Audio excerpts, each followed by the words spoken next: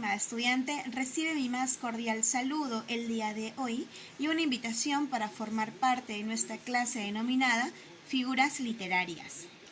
¿Y qué son las figuras literarias? Son recursos que utilizan los escritores para embellecer sus discursos, pues estas son quienes van a dar la diferencia entre un texto literario y no literario. Existen varias figuras literarias y vamos a dividirlas en dos amplios grupos. En el primero veremos las figuras de palabra o dicción. Estas figuras se basan en la modificación que sufren las palabras en un discurso literario. Para empezar, tenemos la figura literaria epíteto. Para hablar del epíteto debemos pensar en las cualidades inherentes, quiere decir propias, de cada término o concepto. Por ejemplo, la tortuga. Podemos caracterizar a la tortuga como un ser lento. Entonces, al decir lenta tortuga, estoy utilizando un epíteto. Pensemos en otros conceptos y añadamos una característica inherente a cada uno de ellos. Por ejemplo, la sangre. ¿Cuál es la cualidad más resaltante de la sangre? Su color, ¿verdad? Rojo. Entonces, sangre roja también podría ser otro epíteto. Leamos juntos el siguiente epíteto utilizado en un poema. Caminaba sobre la blanca nieve con su andar errático. Ahora que ya tenemos clara esta figura literaria y en qué consiste, pasemos a la siguiente figura. Así tenemos el asíndeto. A es un prefijo que significa sin o con falta de. En este caso, esta figura literaria consiste en la omisión o falta de conectores. Por ejemplo, acude, corre, vuela, traspasa la otra sierra. Pues en un texto no literario lo hubiéramos dicho de esta manera. Acude, corre, vuela y traspasa la otra sierra. Esta figura literaria tiene su opositor, que lo veremos a continuación. Polisíndeto. Si A significa sin o con falta de, poli significa varios o muchos. Quiere decir que esta figura literaria utiliza muchos conectores, como lo vemos en el siguiente ejemplo. Y ríe, y llora, y aborrece, y ama. Pues en un discurso no literario lo hubiéramos dicho de esta manera. Ríe, llora, aborrece y ama. Continuando con las figuras literarias de palabra o dicción, tenemos ahora la elipsis. Esta figura utiliza la omisión de una palabra porque está sobreentendida, como lo vemos en el siguiente ejemplo. Por una mirada, un mundo. Por una sonrisa, un cielo. Por un beso, yo no sé qué te diera por un beso. Cualquiera que no hubiera sido Gustavo Adolfo Bécquer lo hubiera dicho de esta manera.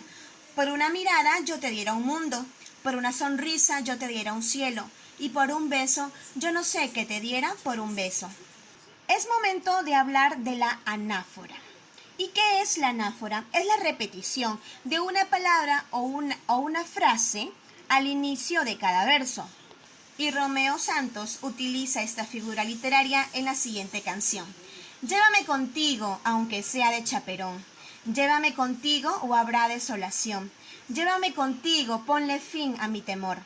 Y la última figura literaria de dicción es el hipérbaton. Esta figura literaria rompe con las normas de la gramática, ya que altera el orden lógico de las palabras en una frase u oración. Por ejemplo, volverán las golondrinas en tu balcón sus nidos a colgar. En un discurso no literario lo tendríamos de esta manera. Las golondrinas volverán a colgar sus nidos en tu balcón. Vayamos ahora a la segunda clasificación de las figuras. Tenemos las figuras de pensamiento, que básicamente hablan del significado de las palabras o frases en un discurso literario. Tenemos, por ejemplo, la antítesis. Las máscaras teatrales nos dan un claro ejemplo de lo que es la antítesis, pues ambas están representando dos ideas opuestas, una cara feliz y una cara triste. Este ejemplo nos lo regala Rubén Darío en su poemario de Canción de Otoño en Primavera, que dice: cuando quiero llorar no lloro y a veces lloro sin querer. Y las ideas opuestas serían llorar y no llorar, querer y no querer o sin querer.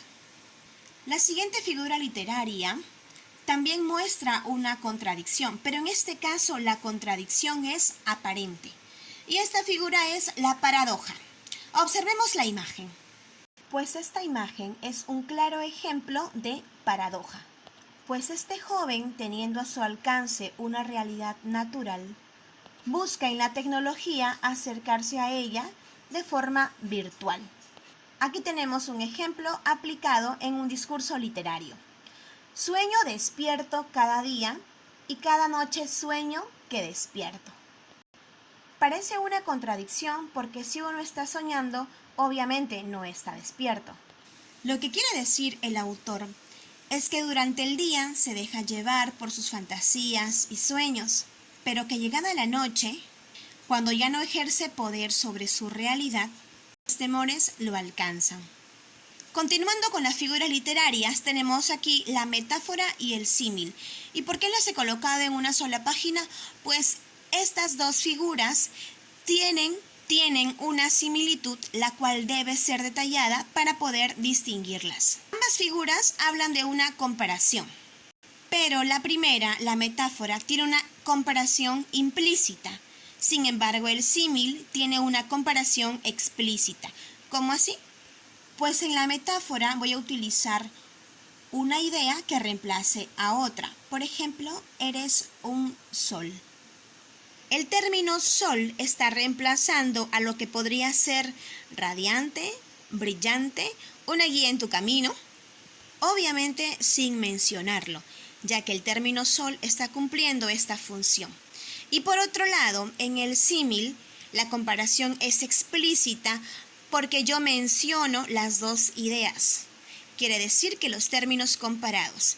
En ese caso, vemos a una jovencita que estaría comparando el joven con un sol y le dice: eres como un sol. Allí tenemos los dos términos comparados, la joven y el sol. Veamos la siguiente figura literaria, la hipérbole. Básicamente la hipérbole es una exageración, como lo dice Maná en su canción, Te lloré un río, pues es imposible llorar tanto como la cantidad de agua que tiene un río. O como lo que dice este otro escritor, te comeré a besos. Y por último tenemos la figura literaria de personificación, que quiere decir que nosotros o los escritores atribuyen características humanas a seres no humanos. Como vemos en la imagen, hay un sol sonriendo. Es imposible que un sol pueda sonreír. Y el ejemplo, utilizando un discurso literario, nos dice: el árbol con sus manos peinaba a su novia Sauce. El árbol no tiene manos y menos puede peinar. Así hemos terminado con la clasificación de las figuras literarias. Espero hayas disfrutado de esta explicación y conmigo será hasta otra oportunidad.